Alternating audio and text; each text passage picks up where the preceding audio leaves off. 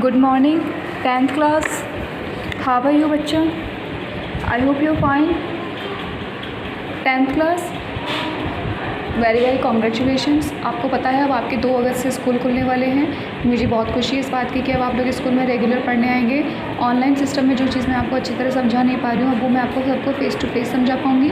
तो आप सबसे मेरी रिक्वेस्ट है बच्चों कि जो वीडियोज़ मैंने आप लोगों को भेजे हैं वो आप सब लोग अच्छी तरीके से देखें, पढ़ें, सुनें, और जो वर्क मैंने आप लोगों को दिया था करने के लिए प्लीज़ आप लोग वो वर्क भी कंप्लीट करें। ओके, अब मेरी बात सुनिए। हमारे चैप्टर नंबर 1 था सूरदास एंड सेकंड था तुलसीदास। थर्ड आपके आया है देव। बच्चों आपके चैप्टर नंबर 1 और 2 सूरदास और तुलसीदास मैंने आप लोगों को कंप्लीट करवा दिया है। अब चूँकि वो चैप्टर आपके कंप्लीट हो चुके हैं तो मैं आप लोगों से यही कहूँगी कि बच्चों जिन लोगों ने अभी तक वर्क नहीं किया है, पद्यांश की सहप्रसंग व्याख्या नहीं करी है, वो सभी बच्चे एक बार सहप्रसंग व्याख्या भी कर लेवे और सहप्रसंग व्याख्या भी कर लो और सहप्रसंग व्याख्या भी करो और उसके क्वेश्चन आंसर्स भी आपकी नोटबुक्स में कंप्लीट कर लो आपकी कॉपीज़ के अंदर। अब आप लोग स्कूल चूँकि जब रेगुलर आएंगे तो मैं आप लोगों को बताऊंगी कि आप लोगों को कॉपियाँ किस तरीके से बनानी है, कैसे क्या करना है। ओके, आज हम लोग पढ़ते हैं चैप्टर नंबर 3 देव। चैप्टर नंबर 3 देव। ओके, देखिए 10th क्लास लेखक परिचय, जीवन परिचय पढ़ते हैं। पहले देव कवि का पूरा नाम देवदत्त द्विवेदी था। इनका जन्म उत्तर प्रदेश के इटावा जिले में सन 1673 ईस्वी में हुआ था। कहते हैं कि ये देव सरिया ब्राह्मण थे और इन्होंने 16 वर्ष की आयु में ही कविता करना आरंभ कर दिया था। सबसे पहले ये औरंगजेब के पुत्र आजम शाह के दरबार में रहे थे। उसी के दरबार में इन्होंने भाव विलास नामक ग्रंथ लिखा था, किंतु इसके बाद ये अनेक राजा महाराजाओं के यहाँ रहे, किंतु सबसे अधिक सम्मान व संतोष इन्हें भोगीलाल नाम के राजा के यहाँ मिला। उसने इनकी कविता पर खुश होकर इन्हें लाखों रुपए की संपत्ति उपहार में दे दी थी। इनका देहांत सन 1767 ईस्वी में हुआ। बच्चों देखो, एक बार फिर से देखो ये लेखक परिचय। देव कवि का पूरा नाम क्या था? देवदत्त द्विवेदी। इनका जन्म उत्तर प्रदेश के इटावा जिले में सन 1673 ईस्वी में हुआ था। कहते हैं कि ये देवसरिया ब्राह्मण थे। इन्होंने 16 वर्ष की आयु में ही कविता करना आरंभ कर दिया था। बच्चों देव कवि जो इनका जिसकी रचना अब हम लोग पढ़ने वाले हैं उनका पूरा नाम क्या था? देवदत्त द्विवेदी। ठीक है, द्विवेदी। इनका जन्म उत्तर प्रदेश के इटावा, क्या कहा इन्होंने? उत्तर प्रदेश के इटावा ज़िले में। ठीक है, अब उत्तर प्रदेश के इटावा ज़िले के लिए ये क्वेश्चन बन सकता है कि देवदत्त द्विवेदी, ठीक है, देव कुमार जी का पूरा नाम क्या था? आपका आंसर बनता है देवदत्त द्विवेदी। आगे इन्होंने पूछ लिया कि भाई इनका जन्म कहाँ हुआ था, तो आपके आंसर बनता है कि इनका जन्म उत्तर प्रदेश के इटावा ज़िले में कब और कहाँ हुआ था? कब में आता है? 1673 ईस्वी में। कहाँ हुआ था? इटावा ज़िले में, उत्तर प्रदेश के इटावा ज़िले में। कहते हैं कि ये देवसरिया ब्राह्मण थे और इन्होंने 16 वर्ष की आयु में ही कविता करना आरंभ कर दिया था। सबसे पहले ये औरंगजेब के पुत्र आजम शाह के दरबार में रहे थे। उसी के दरबार में इन्होंने भाव विलास नामक ग्रंथ लिखा था, किंतु इसके बाद ये अनेक राजा महाराजाओं के यहाँ रहे। ये क्या था? उनके दरबार में इन्होंने भाव विलास नामक ग्रंथ लिखा था, किंतु इसके बाद ये अनेक राजा महाराजाओं के यहाँ रहे, किंतु सबसे अधिक सम्मान व संतोष इन्हें भोगीलाल नाम के राजा के यहाँ मिला। उसने इनकी कविता पर खुश होकर इन्हें लाखों रुपए की संपत्ति उपहार में दे दी। इनका देहांत सन 1667 ईस्वी में हुआ। रचनाएं, माना जाता है कि देव ने 52 से 72 ग्रंथों की रचना की थी, किंतु आचार्य श्री रामचंद्र शुक्ल ने इनके ग्रंथों की संख्या 25 बताई है। इनकी प्रमुख रचनाएं हैं रस विलास, भाव विलास, भवानी विलास, सुजान, विनोद और अष्टयाम। काव्यगत विशेषताएं, महाकवि देव रीतिकाल के प्रमुख कवियों में से एक हैं। चूँकि रीतिकाल के कवि राज दरबारों तथा अपने आश्रयदाताओं के यहाँ ही रहते थे, अतः इनकी कविता में दरबारी संस्कृति का वर्णन अधिक किया गया है। देव कवि भी इस प्रभाव से प्रभावित हुए, किंतु इन्होंने प्रेम और सौंदर्य संबंधी रचनाएं भी प्रचुर मात्रा में रची हैं। भाषा शैली, देव कवि की काव्य की भाषा ब्रज भाषा है। इनकी भाषा रस, छंद, अलंकार व लय से ओतप्रोत तथा सहज प्रवाहमयी है। कविता का सार देखिए। सवैया कवि देव रीतिकाल के श्रृंगारी कवि हैं। प्रस्तुत सवैया में श्री कृष्ण के राजसी रूप का चित्रण है। इन पर रीतिकालीन सामंतवादी प्रभाव दिखाई देता है। पहले कवित्व में वसंत को बालक के रूप में दिखाकर कवि ने प्रकृति का सजीव चित्रण किया है। इसमें प्रकृति के साथ रागात्मक संबंध व्यक्त हुआ है।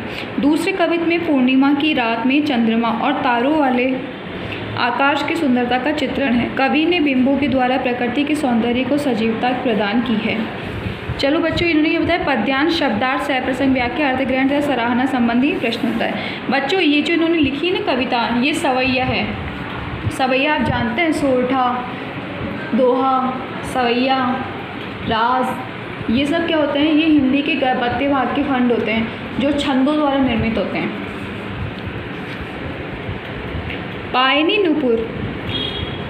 पायनी नुपुर मंजू बजे, कटी किंकिनी के धुनी की मधुराई, सांवरे अंग लसे पटपीत, हिये हुलसे बनमाल सुहाई, माथे किरीट बड़े दृग चंचल, मंद हसी मुख चंद जुन्हाई, जय जग मंदिर दीपक सुंदर, श्री ब्रज दुल्हा देव सहाई। चलिए देखते हैं क्या कहना चाह रहे हैं। प्रस्तुत छंद, बच्चों देख लो, सवैया मैंने आपको बताया था छंद द्वारा निर्मित है। प्रस्तुत छंद हमारी पाठ्य पुस्तक में संकलित कवि देव के छंदों से लिया गया है। इस छंद में कवि श्री कृष्ण के दूल्हे की भांति सजे धजे सुंदर रूप का शब्द चित्र प्रस्तुत कर रहा है। व्याख्या, कवि देव श्री कृष्ण की राजसी साज सज्जा युक्त छवि का शब्द चित्र अंकित करते हुए कह रहे हैं, जिनके चरणों में सुंदर नुपुर बज रहे हैं, जिनकी कमर में पहनी करधनी मधुर ध्वनि कर रही है, जिनके श्याम वर्ण शरीर पर पीताम्बर शोभित हैं, जिनके वक्ष पर वन फूलों की माला शोभा पा रही है, जिनके मस्तक पर मुकुट विराज रहा है, जिनके नेत्र बड़े चंचल हैं तथा जिनकी मंद मंद मुस्कान मुख रूपी चंद्रमा की चांदनी जैसी प्रतीत हो रही है, ऐसे श्री कृष्ण जगत रूपी मंदिर को अपने दिव्य सौंदर्य से प्रकाशित करने वाले सुंदर दीपक के समान है। उनकी सदा जय हो। ब्रज के दूल्हे के समान सजी धजी छवि वाले श्री कृष्ण सदा सबके सहायक हों, सब पर कृपा करें।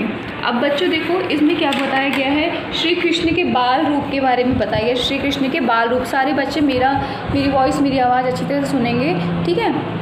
ये कह रहे पायनी नुपुर मंजू बजे, कटी किंकिनी के धुनी मधुराई, कि कवि देव श्री कृष्ण की राजसी साज सज्जा युक्त छवि का शब्द चित्र अंकित करते हुए कह रहे हैं, जिनके चरणों में सुंदर नुपुर बज रही है। सुंदर नुपुर आप जानते हो किसे कहते हैं? पायजे पहनते हैं ना अपन, पायल को पहनते हैं तो उसके अंदर बजने वाले जो घुंघरू होते हैं ना, उसे सुंदर नुपुर कहते हैं। जिनकी कमर में पहनी करधनी मधुर ध्वनि कर रही है। बच्चों कमरबंद होता है, कमर करधनी मतलब कनकती होती है जो छोटे छोटे से बच्चों को कमर में पहनाई जाती है। मधुर ध्वनि कर रखी है, वो कनकती होती है, उनमें भी घुंघरू लगे हुए होते हैं, वो मधुर ध्वनि कर रही है। जिनके श्याम वर्ण शरीर पर सांवरे अंग लसे पटपीत हिये हुलसे बनमाल सुहाई, जिनके श्याम वर्ण शरीर पर पीताम्बर शोभित है, हिये हुलसाए बनमाल सुहाई, जिनके वक्ष पर वन फूलों की माला शोभा पा रही है। अब ये कह रहे जिनके श्याम वर्ण शरीर पर पीताम्बर शोभित है। बच्चों पीताम्बर मतलब इनके जिनका श्याम रंग वाले शरीर पर पीताम्बर शोभित है। आगे वो कह रहे हैं जिनके वक्ष पर वन फूलों की माला, वक्ष पर मतलब समझते हो, गले में वन फूलों की माला मतलब वन से लाए हुए फूलों की माला शोभा पा रही है।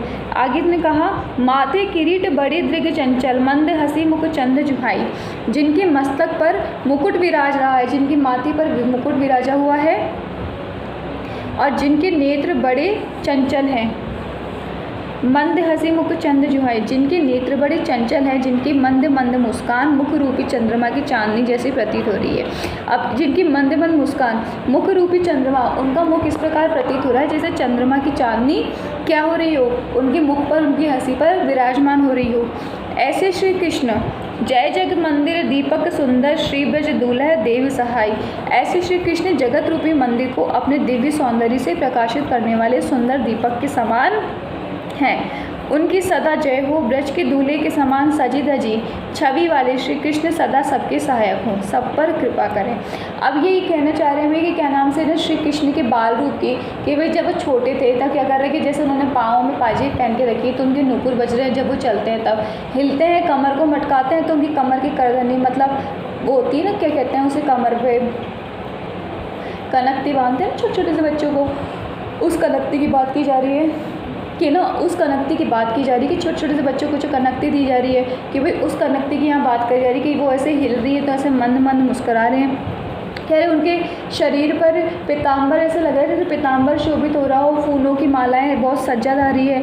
उनके मस्तक पर जो मुकुट विराज रखा है उन्होंने, उनकी देखो उनके माथे पर मुकुट कितना सुंदर लग रहा है। उनके नेत्र बड़े चंचल हैं, उनके नेत्र ऐसे लगते हैं बहुत चंचल छोटे छोटे से नेत्र, जिनकी मंद मंद मुस्कान मुख रूपी चंद्रमा की चांदनी जैसी प्रतीत हो रही है।